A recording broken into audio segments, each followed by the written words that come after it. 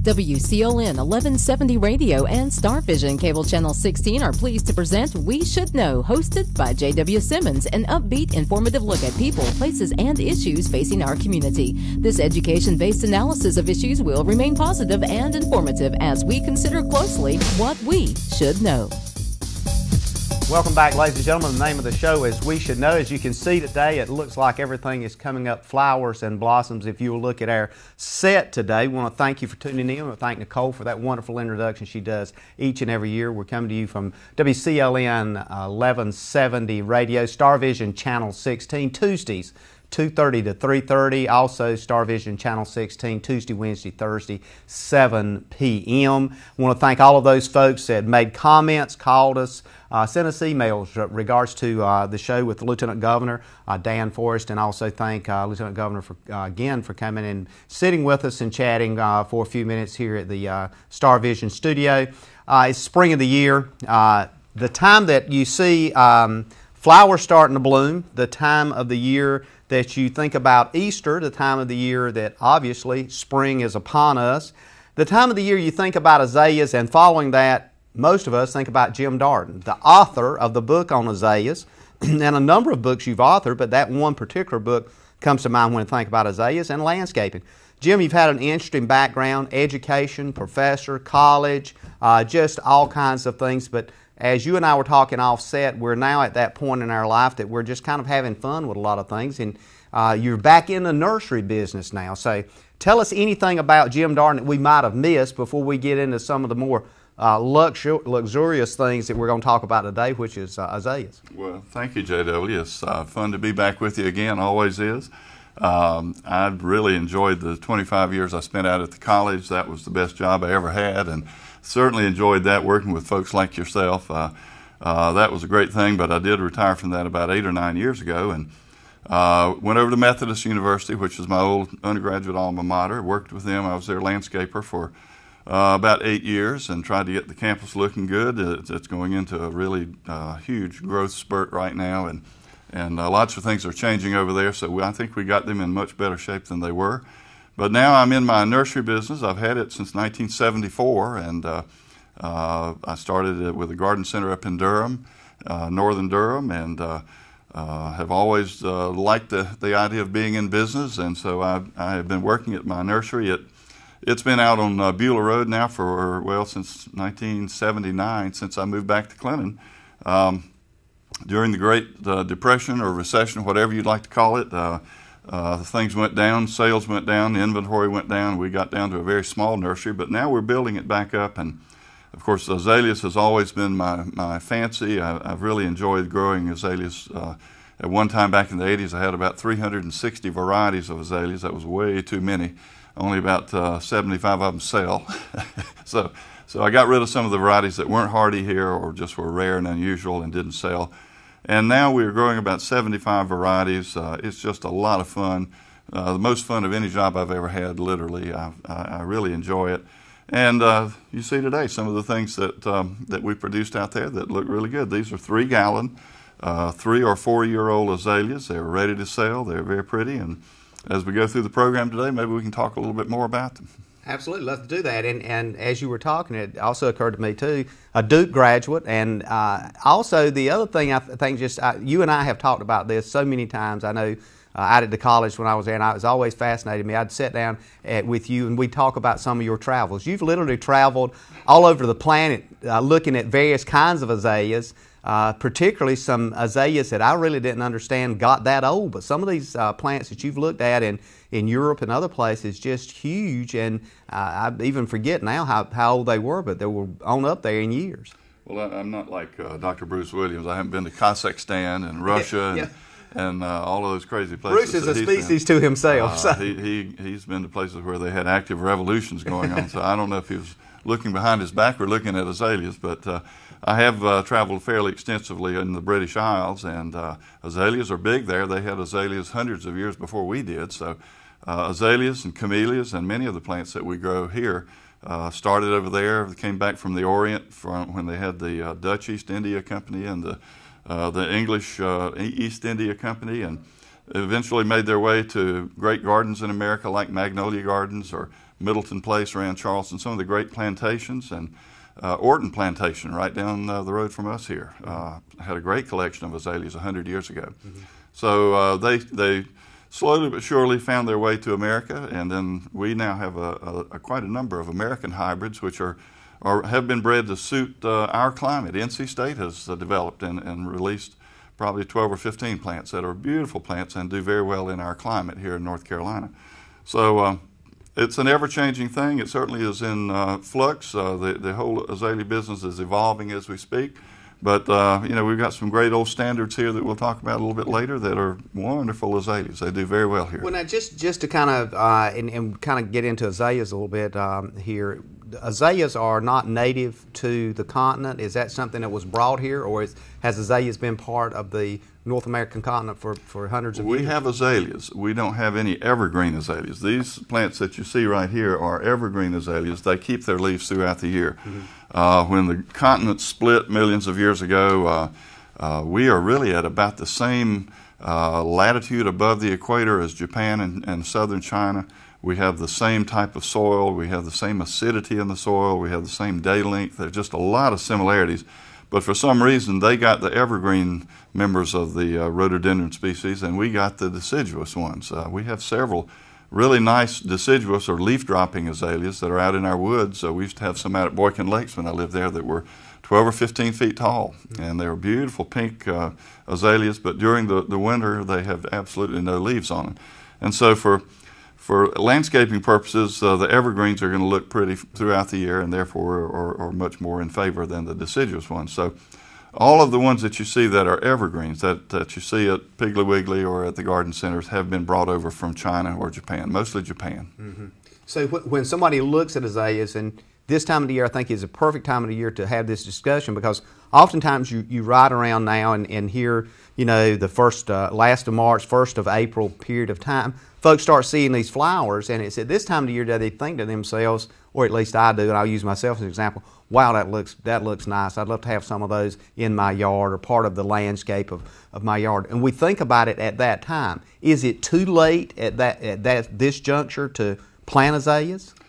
Well, not at all, because as you see, all of these are in containers, and when you plant a shrub, any type of shrub that's in a container, you pull it out of the container, you have all of the roots that were with that plant, 100% of the roots, you put it in the ground and it'll take off and grow.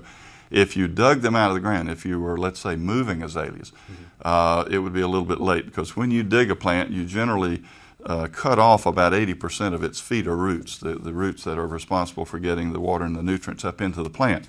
And if that's the case, and you put them out right now, and then we have 80 or 90 degree temperatures coming up within just a month or so, it's very hard on that plant to get enough water through the plant to live. And so if you're transplanting, or if you've got a balled and burlap plant right now, I would say no, it's too late. Wait until this fall when it gets cool and the plant becomes dormant.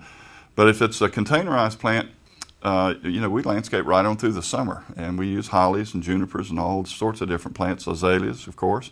And they're all containerized, so as long as they get watered, they're just as healthy in a landscape as they would be in the nursery. In fact, maybe more so, because they can take up water from the soil around them.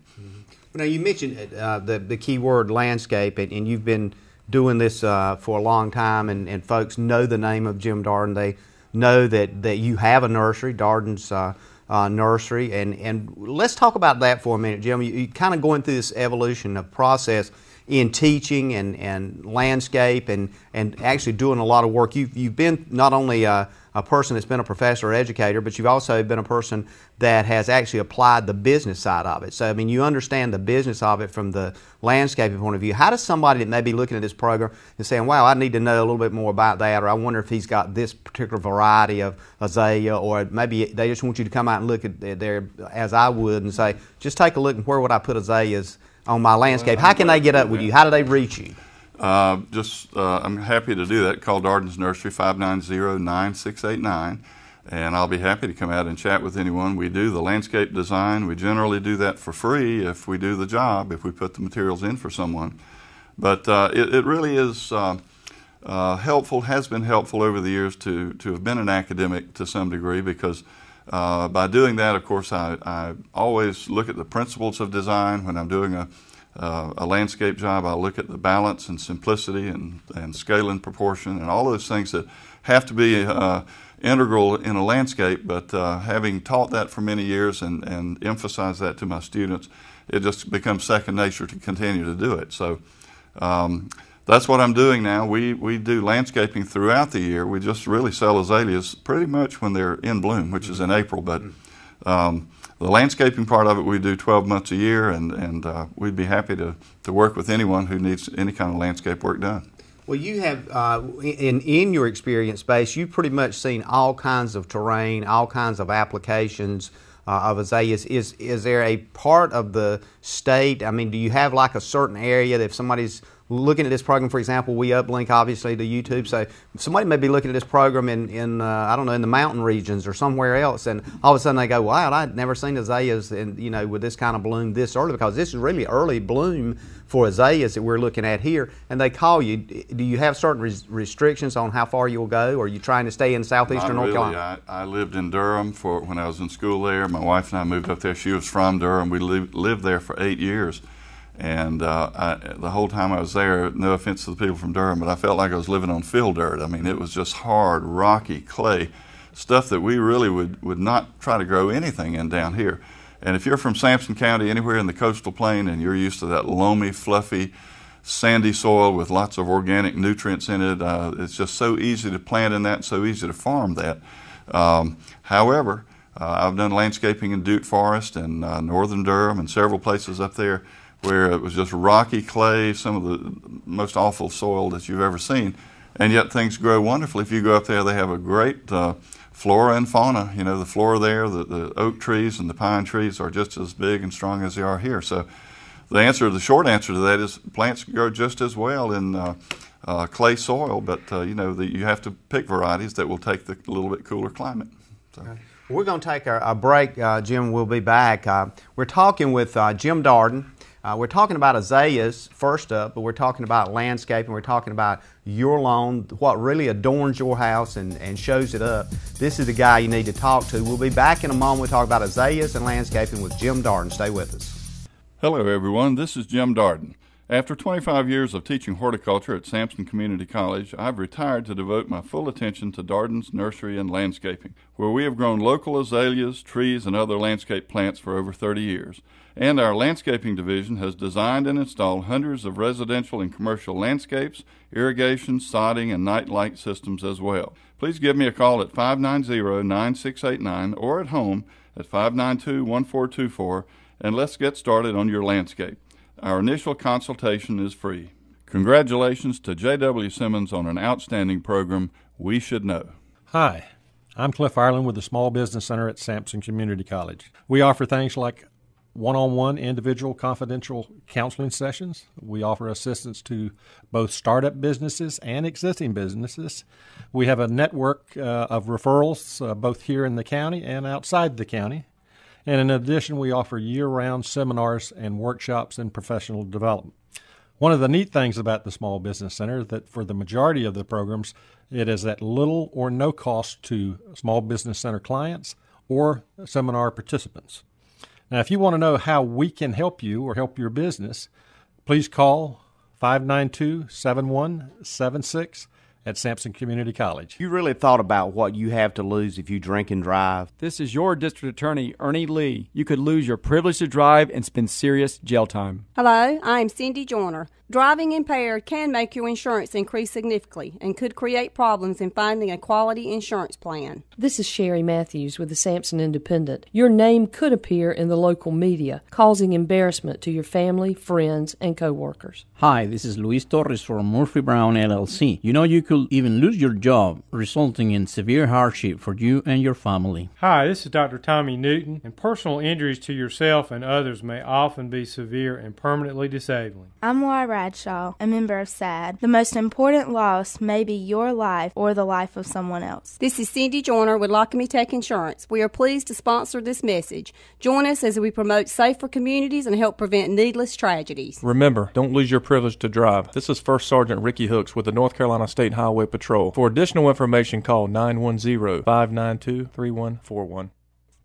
Health Mart Pharmacy. A real-life person. It's just like Jenny told me. Another friend of Jenny's. Great. I've met about 3 of Jenny's friends just this week. You'll meet more of us. Jenny was telling all of us last week how great Health Mart is. At Health Mart, all of our pharmacists take the time to get to know our patients, explain their medications, and answer any questions they may have. We really believe in better care and better service. Can I stop in after work? Absolutely. Health Mart, caring for you and about you. For all of your prescription and health care needs, shop Matthews Health Mart in the Jordan Shopping Plaza or call 592-3121. I'm Gary Hall, manager of Sessoms Jewelry. We are proud to be sponsors of JW's We Should Know. At Sessoms Jewelry, we've always strived to give you the latest in technical advice and knowledge on our merchandise. Remember, we should know at Sessoms Jewelry, downtown Clinton. Welcome back, ladies and gentlemen. We're talking about landscaping today. We're talking about azaleas. As you can see, if you're watching us on Star Vision Channel 16, you can see that the set today is adorned with all kinds of azaleas, various kinds of colors. In fact, my guest, Jim Darden, and myself as well, we decided to put flowers on so you could kind of get a little better view of what we're talking about. It's kind of an exciting time of the year for me. Spring always is a time for kind of rebirth and awakening, Jim. And as we talk about this, azaleas and being kind of the author of the book on azaleas, one of the things that strikes me is a lot of the big shops that sell massive numbers of plants this time of the year, without calling any names, any of us could go buy that plant, take it home, take a shovel, dig a hole in the ground, stick it in there. It may live, it may look nice, but the problem with that is that it seems to, when I do something like that, either it doesn't last or it just ends up being in a bad place and you don't see it, it's not in the most appropriate place for whatever kind of reason. Help us with that, and what are some of the things we need to know about when we think about plantings? That actually can happen, but I would get back to the principles of design. When we look at a home, we'll stand out in the street in front of the home and we'll talk about simplicity. You have to keep things simple. You talk about balance. You have to have the same amount of green matter on the left that you have on the right of the focal point. The focal point is very important. That normally is the door, the columns, the architectural feature that's most dominant, and you have to be very careful to bring attention to the focal point by having color there and not bring attention to places that in the landscape that aren't the focal point, so that the viewer can look and enjoy the view and not have to look back and forth at several different focal points. So again, I would say the principles of design take care of all of that, what you were just talking about. They make sure that you put plants in the proper place so that they build upon the landscape and make it look stronger rather than the opposite, which can be true sometimes. You're exactly right. Well, and when I think about that, you know, a lot of folks, and we have some beautiful homes right here in this area, in Sampson, Duplin, in surrounding counties, Wake. We cover about 8 or 10 counties in the listening area with this program. So we got some beautiful homes, but the interesting thing to me is quite often you see a beautiful home that folks have invested as much as $500,000 or even more in, and all of a sudden the house, you see it, but the landscape is like nothing. So when you go out, somebody can call you at 590-9689 and say, Jim Darden, will you come out and just take a look? Is it like a taxi? Does the meter start running then, or do you charge them for that? How does that work? We do that all the time. I go out and talk to people, and I'm happy to give them my assessment of their landscape. And you really, unless you draw a plan and have a long-term plan and a short-term plan and have it so that they can develop their landscape in phases, then however much you talk to them when you're on the site, they're probably not going to write all that down and get all that committed to memory. So it's a good idea to have a plan. Most people do their landscape in phases. They'll do some this year, some next year, and so forth. Certainly if you look at the house, the periphery landscape out on the edges of the property are going to come second to what you do right around the house. Mm-hmm. And so it just pays to have a nice short-term and long-term plan, and most people, they would indicate that fits into their budget better anyway. So there's a set way to do things, a proper way to do things, rather than, as you mentioned earlier, just seeing things that you like and sticking those in.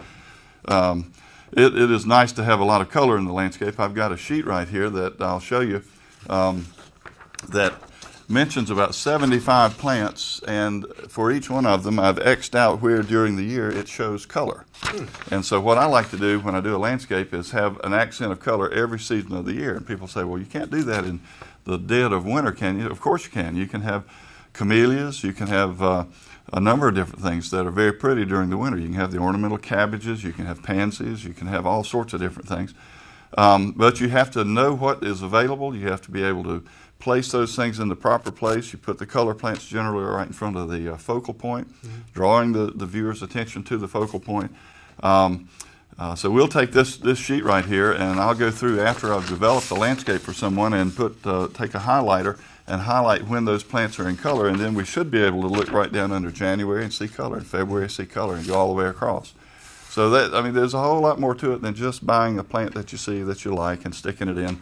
It might work there, it might not. Usually it's pretty, and usually it does work, but we can bring all the parts of a landscape together and make it all work for you, and that's what we try to do. So it's like if you were envisioning your lawn or your yard around your house, you're envisioning that, and then each month certain kinds of lights come on, so to speak, but they're plants, and they're flowering plants of different kinds. But they've also got to meet certain soil types to be able to grow as well. Is that correct? Well, the sizes are more important. The soil generally here is pretty good wherever on your lot. If you've got loamy soil, then you're going to be able to grow most anything that you want to grow. But you certainly want to have what we call the funnel effect. Your larger plants are going to be on the corners. You're going to funnel down into the focal point, and that's where you're going to have the gardens, the colors, and I would say rather than the soil types, the placement of the plants is going to be more important than that. Well, Jim, this time of the year also, as folks are riding around, and I'm sure other folks have noticed this as well as I do. Every year you see it. You see people out digging in their yards. You see people out raking pine straw away from their shrubs around their house and that kind of thing. If you run into that situation where you've got various kinds of shrubs around your house, one of them's died, can you just pull that up and put another plant in, or is there something going on with that plant that soil is diseased, or should they get somebody to come take a look at that? How do we deal with that kind of thing? Most plants, I'll take the hollies for instance. Most people use Japanese hollies or small leaf hollies around their landscape, particularly around their foundation planting. Those plants will go into decline. They will have a life expectancy. They're sort of like people or dogs or anything else. They live a certain number of years. And then the factors in the landscape like the nematodes and the droughts and the insects and all those things which prey upon that plant generally take over, and just like I guess human beings, they suffer from all those maladies and eventually they die. And so I'll use the hollies for example. Hollies generally you're looking at 18 to 30 years before they go into decline. So if we go into a landscape and it's got a gap where you've got older hollies on either side of the gap, we might look at that and say, well, it's almost time for those to go, and the rest are going to go in short order. It's not going to be many years before they all go, and it's going to be difficult to find a plant as big as those older plants. The best thing to do, you can buy the shrubs for around $15 a piece, is to just pull out everything in that area, plant new stuff, use new mulch, and you're starting fresh. Everything looks like it's in the proper size, and it just looks good for a long time. You have another 15 to 30 years before you have to do it again. When you look at mulch around plants close to a house, we've had folks on here with fire departments talking about fire issues and so forth.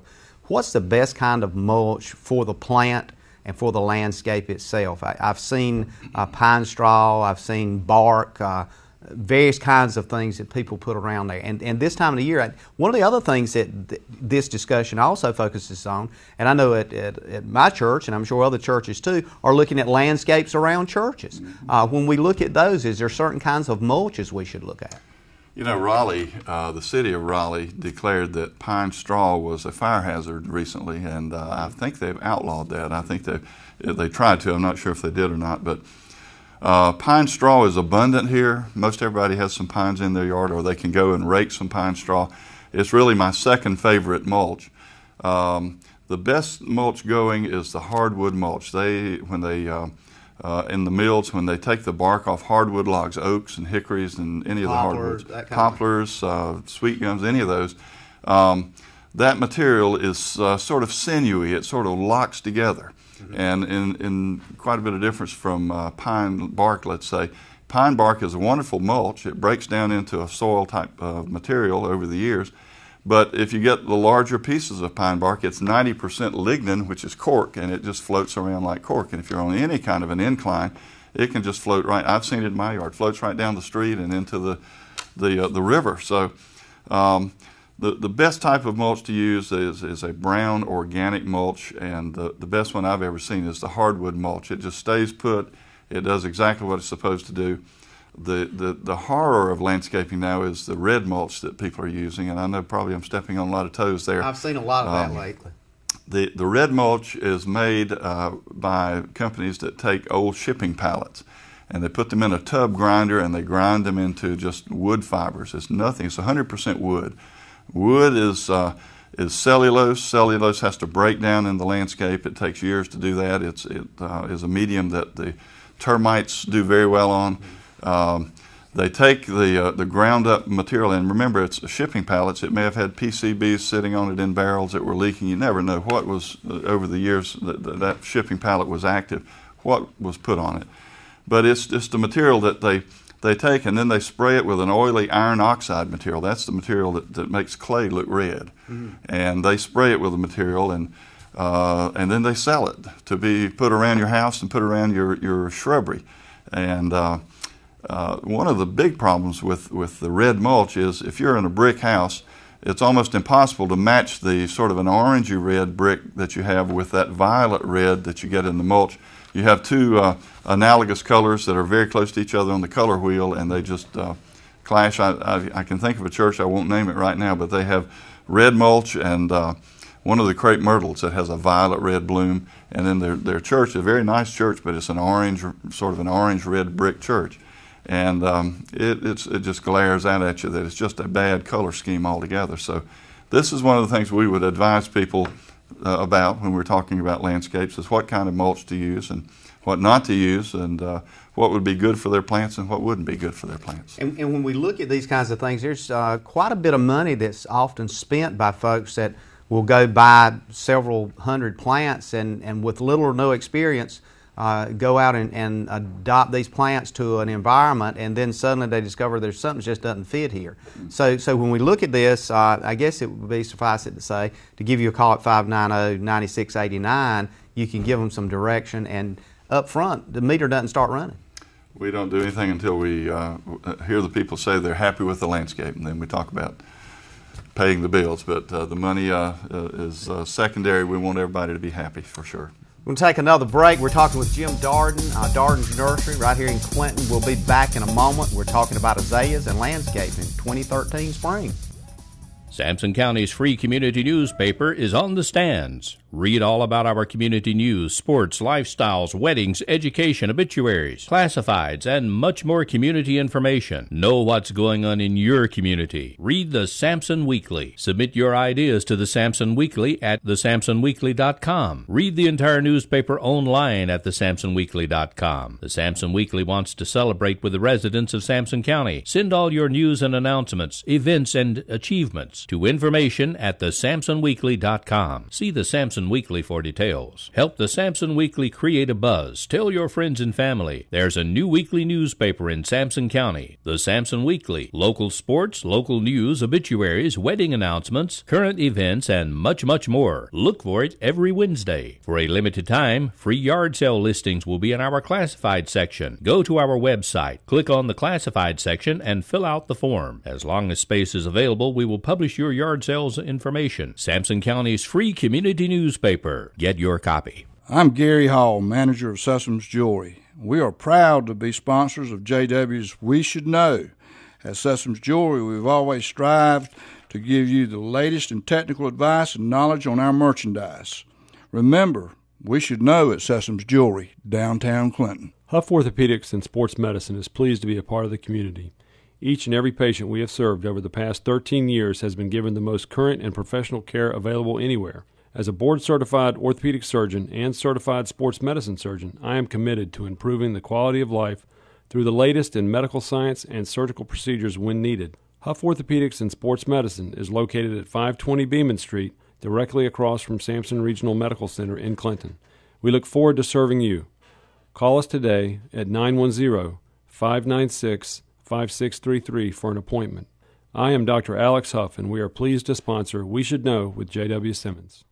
Health Mart Pharmacy. A real live person. It's just like Jenny told me. Another friend of Jenny's. Great. I've met about 3 of Jenny's friends just this week. You'll meet more of us. Jenny was telling all of us last week how great Health Mart is. At Health Mart, all of our pharmacists take the time to get to know our patients, explain their medications, and answer any questions they may have. We really believe in better care and better service. Can I stop in after work? Absolutely. Health Mart, caring for you and about you. For all of your prescription and health care needs, shop Matthews Health Mart in the Jordan Shopping Plaza or call 592-3121.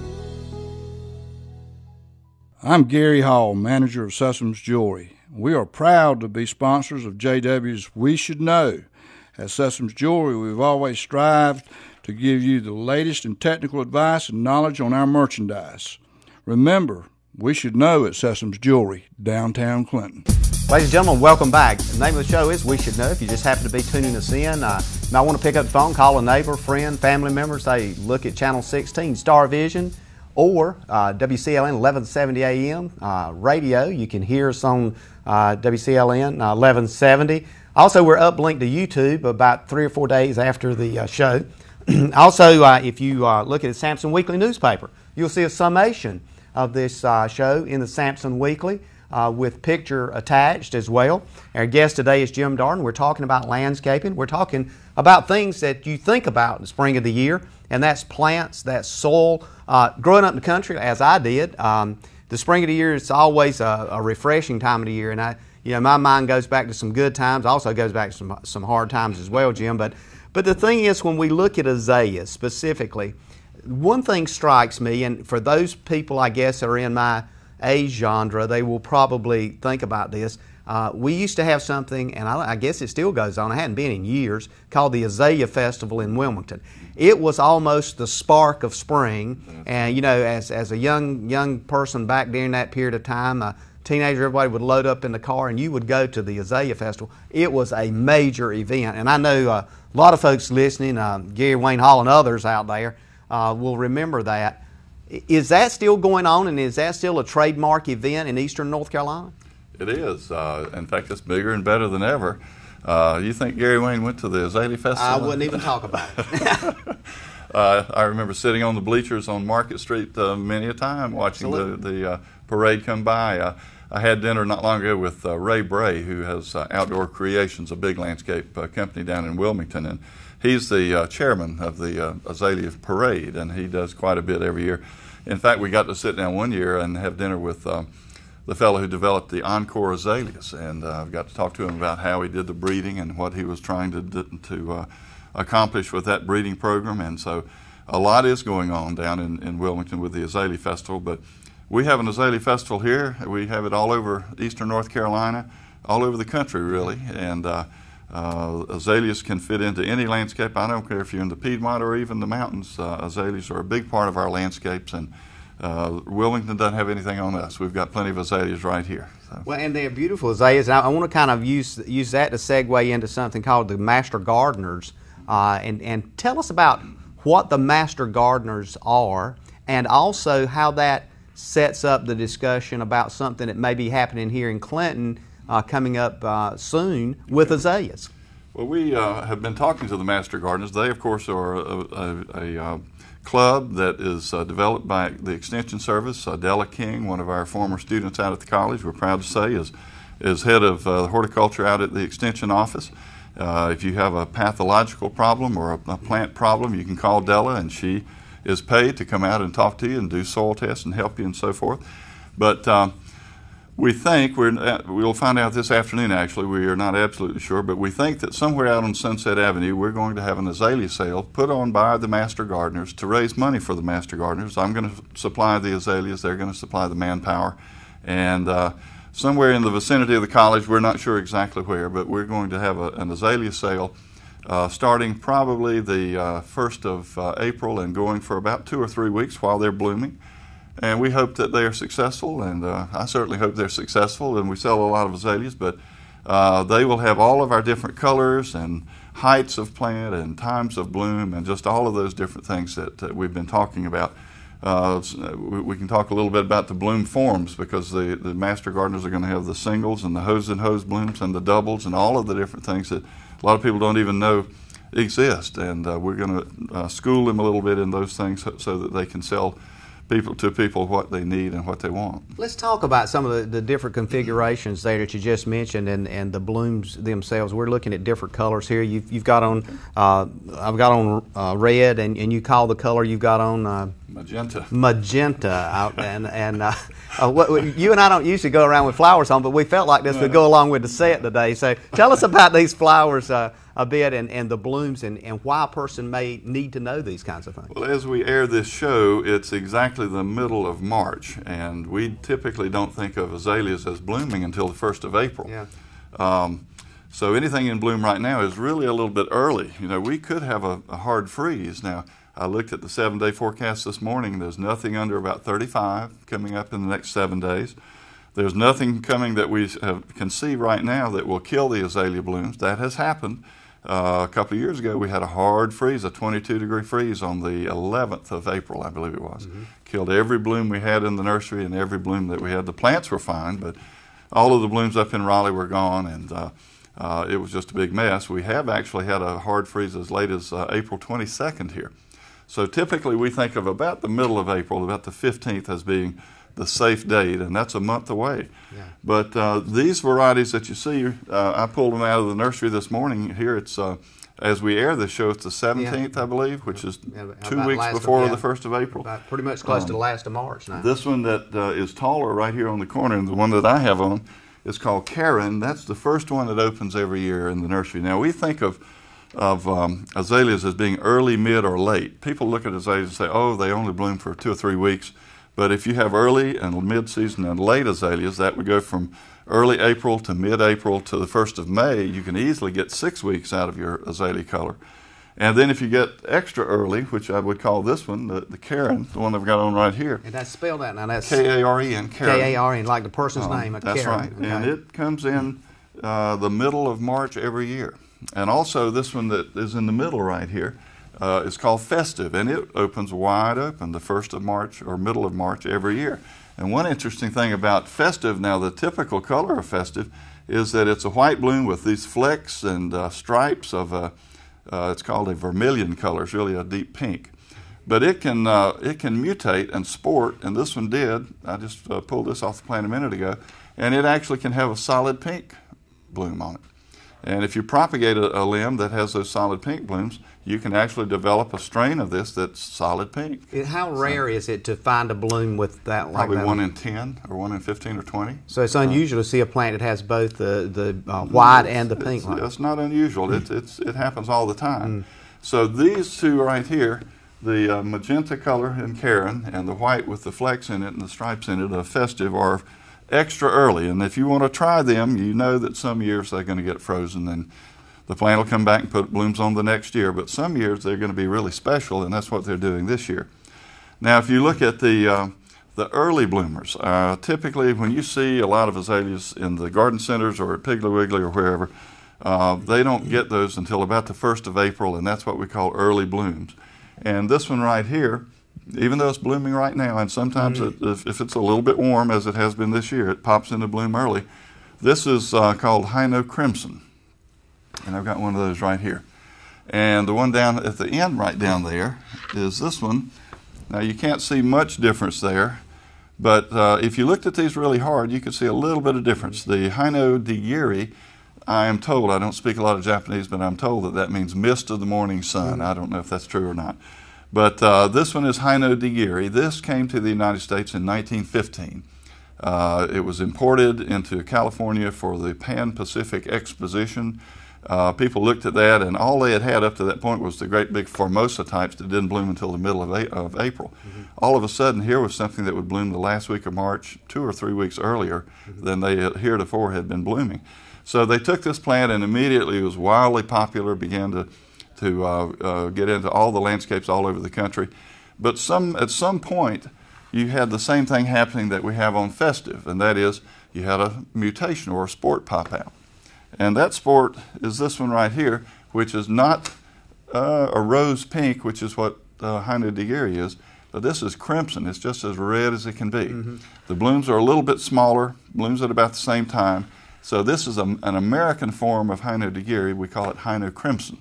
And it's probably that and Hershey red are two of the most popular red-selling azaleas that we have in the country. So that's kind of an interesting thing. Then we have, and they are early. That means that you should expect those every year to be in full bloom by the 1st of April. And this little fellow right here is called Amoena. Now, I don't speak a lot of Latin either, but Amoena, I think, means Mount Pleasant or pleasant.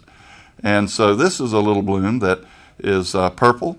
You can see it right there, right in front of you, JW. Covers completely over with these nice little purple blooms. If you know what coral bell looks like, the hot pink one that we have every spring, this is like a little purple coral bell.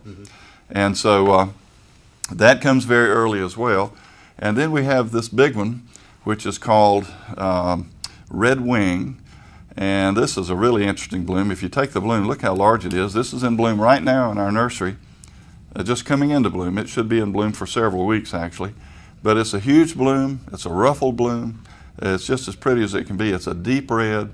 It's kind of a low-growing, this is it right here. It's a low-growing, spreading azalea. And one neat thing about this is if you pinch the back off of any of these blooms, you should be able to separate them into the sepals, which are normally green bracts that are in the back of the bloom, and then the petals, which stick out in front. So this has a tube of petals inside a tube of sepals, and so the net effect is you get a lot more redness, and that ruffled part helps that as well. That's what's called a hose and hose bloom. It's kind of a 3D effect. It is, absolutely. It's deeper. It has the ruffles on it. It has the two sets of petals. And we actually have some, I've got 4 or 5 varieties where the stamens, the male reproductive parts in the center, have become petaloid. And there you get something like a carnation, which is double. That's a true double bloom. And it's full all the way through. It's just absolutely beautiful.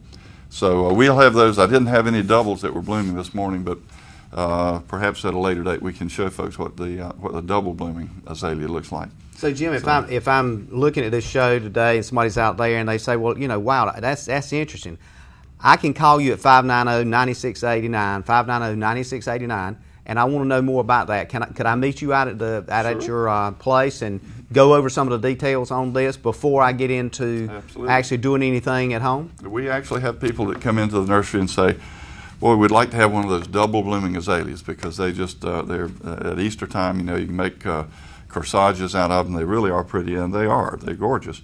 But I plan to be out in the nursery pretty much full-time during the month of April. We'll be working with the master gardeners as well, but sure, give us a call. Be glad to talk to you.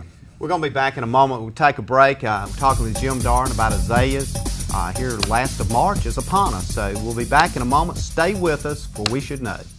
Health Mart Pharmacy. A real live person. It's just like Jenny told me. Another friend of Jenny's. Great. I've met about 3 of Jenny's friends just this week. You'll meet more of us. Jenny was telling all of us last week how great Health Mart is. At Health Mart, all of our pharmacists take the time to get to know our patients, explain their medications, and answer any questions they may have. We really believe in better care and better service. Can I stop in after work? Absolutely. Health Mart, caring for you and about you. For all of your prescription and health care needs, shop Matthews Health Mart in the Jordan Shopping Plaza or call 592-3121. Hello everyone, this is Jim Darden.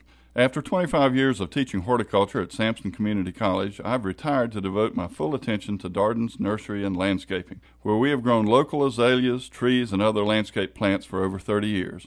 And our landscaping division has designed and installed hundreds of residential and commercial landscapes, irrigation, sodding, and night light systems as well. Please give me a call at 590-9689 or at home at 592-1424, and let's get started on your landscape. Our initial consultation is free. Congratulations to J.W. Simmons on an outstanding program, We Should Know. I'm Gary Hall, manager of Sessoms Jewelry. We are proud to be sponsors of J.W.'s We Should Know. At Sessoms Jewelry, we've always strived to give you the latest in technical advice and knowledge on our merchandise. Remember, we should know at Sessoms Jewelry, downtown Clinton. Interstar Communications, our local area internet provider, invites you to discover the wonders of the web with their unlimited internet services for only $19.95 a month. That's right, for only $19.95 a month, you'll have the whole world at your fingertips anytime or all the time with Interstar Communications. Plus, with Interstar's 24 hours a day, 7 days a week technical support at no extra charge, you'll have more than the local internet provider on your side. You'll have the whole internet team. So stop by today and see the friendly folks at Interstar Communications, 102 Sampson Street here in Clinton, or you can call them at 564-4638 and get started today on your adventure in the World Wide Web. Huff Orthopedics and Sports Medicine is pleased to be a part of the community. Each and every patient we have served over the past 13 years has been given the most current and professional care available anywhere. As a board-certified orthopedic surgeon and certified sports medicine surgeon, I am committed to improving the quality of life through the latest in medical science and surgical procedures when needed. Huff Orthopedics and Sports Medicine is located at 520 Beeman Street, directly across from Sampson Regional Medical Center in Clinton. We look forward to serving you. Call us today at 910-596-5633 for an appointment.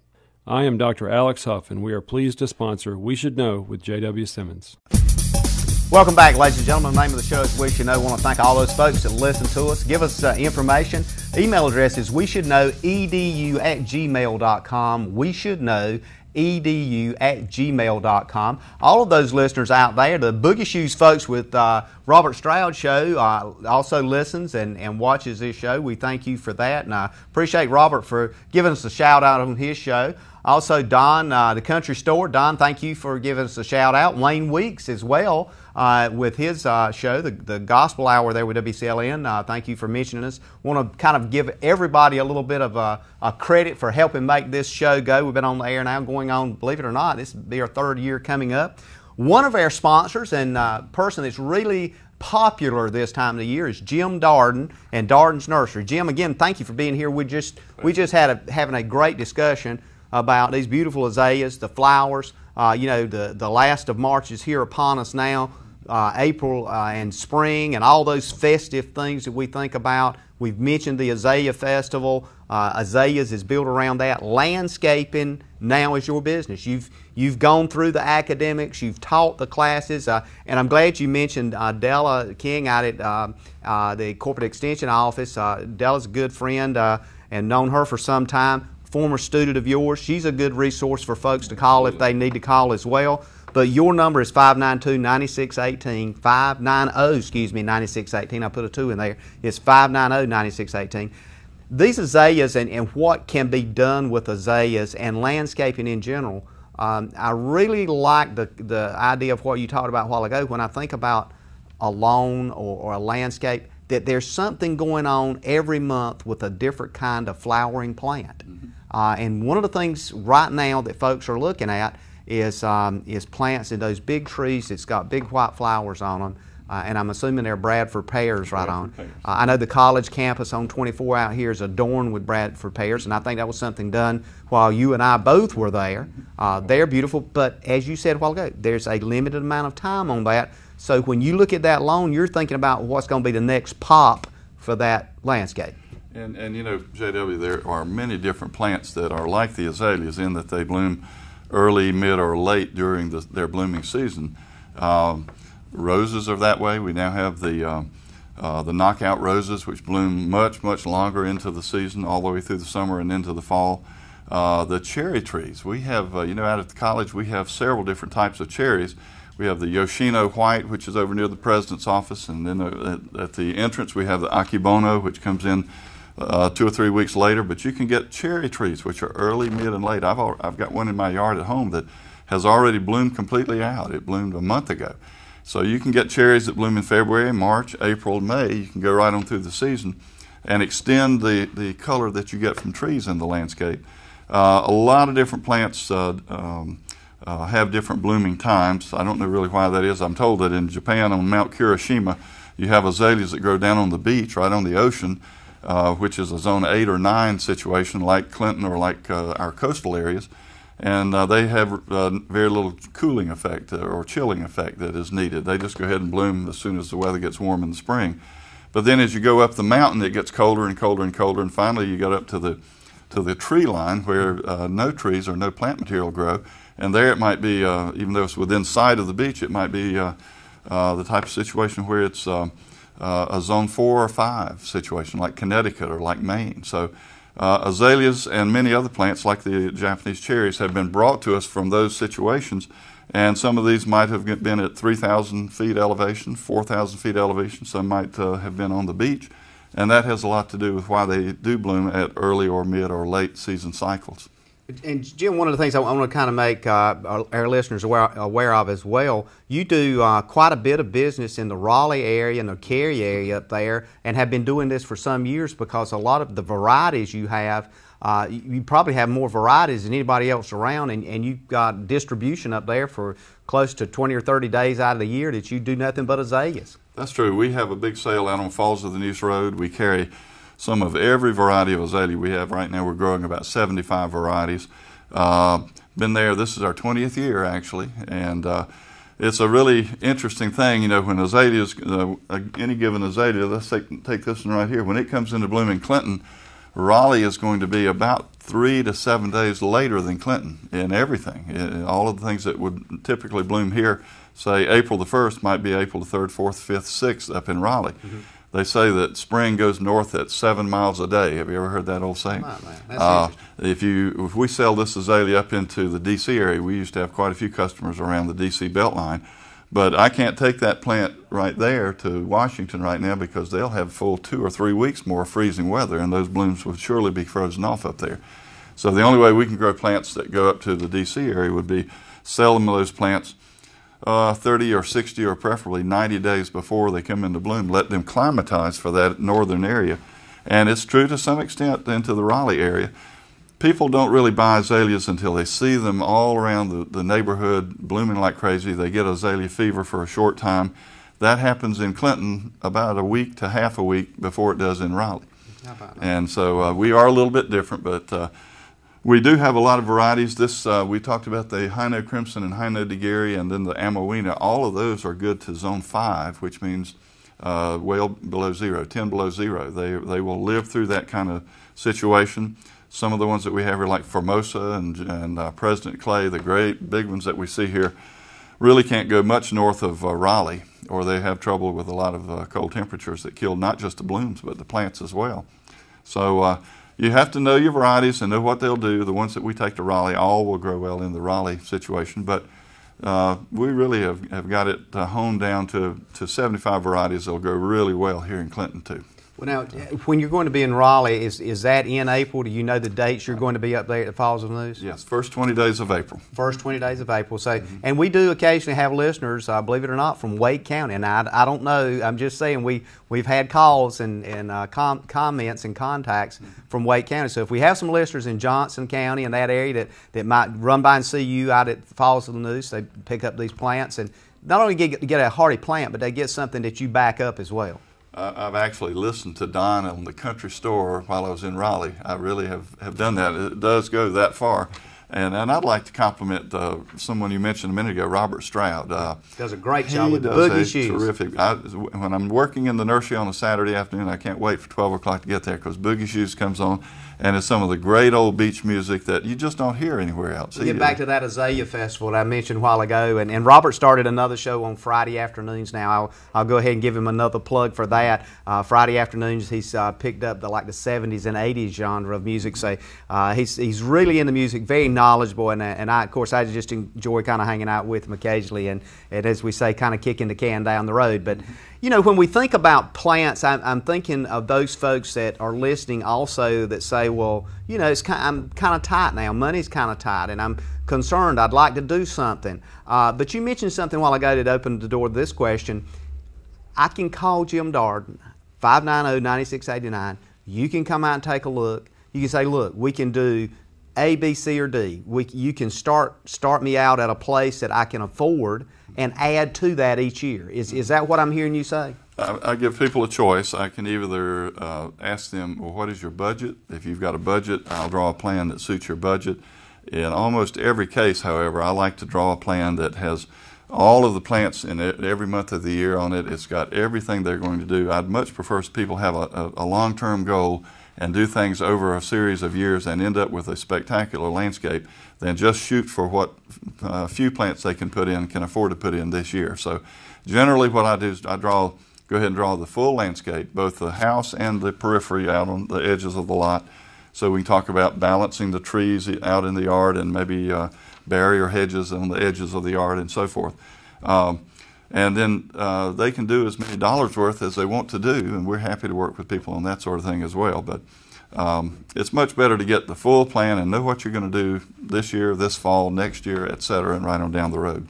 And one of the things, too, is if folks are planning, oftentimes you'll see people, and there are some new homes being built now. Is it important for a person when they're building that house and they talk to their contractor, they're looking at the lot they're putting the house on, when is it time to engage that landscaper like yourself to come in and say, okay, here's the piece that we can do, and give them 3 or 4 different looks that they could do? That's a really good question. So often we talk to people who've already built the house, maybe have already put in a few plants, and maybe they're at the right place and maybe they aren't. As soon as you can see the footprint of the house and let's say the driveway and the walkways on the ground, as soon as you do that, the landscaper needs to come in and do a graphic of the house, where it's going to be, how it's placed on the lot, and then you start talking about saving trees that are in the yard, trying to keep the construction people from driving over the roots and ruining trees. You start working on balance and simplicity and scale and proportion and all those things as early on as you can, and we'd like to get in just as soon as we can see the footprint of the tree on the ground. We're, as always, Jim, when you're here, time goes by extremely fast. 590-9689, Jim Darden. A lot of things that comes to people's mind, I know, after the show. Here we are again, the last of March, and as you said, things are going to be blooming in a hurry. I want to give you about 60 seconds to do a quick wrap-up, and thank you again for being here. Well, it's always fun. I enjoy coming, and I don't know if we can come later in the year and bring this kind of extraordinary color, but we'll find something to bring if you'd like. Absolutely. But I would like to give a big plug to the Master Gardeners. They're going to have this sale. It'll be the first 2 or 3 weeks of April. It'll be out on Sunset Avenue, somewhere in the vicinity of the college. We've got 2 locations we're looking at right now. But it will be a fundraiser, and it will be the type of thing that both Della and also the Master Gardeners will make money and be able to further their projects. They'll beautify Clinton. They'll do a lot of things. They'll make most of the profits on this thing. We'll be selling at the same price we sell at in Raleigh, which is a very reasonable price, several dollars below the garden center prices on azaleas that are this large and look this good.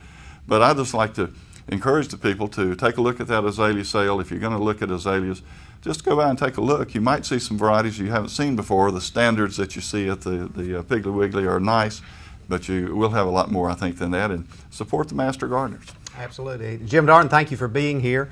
Again, you've been watching We Should Know. The number to call Jim is 590-9689, 590-9689, and he'll help you with not only landscaping, but with azaleas, and you may just find out that you can get Jim to do this a lot better than you can do it yourself. Stay with us. We'll see you next week on the radio.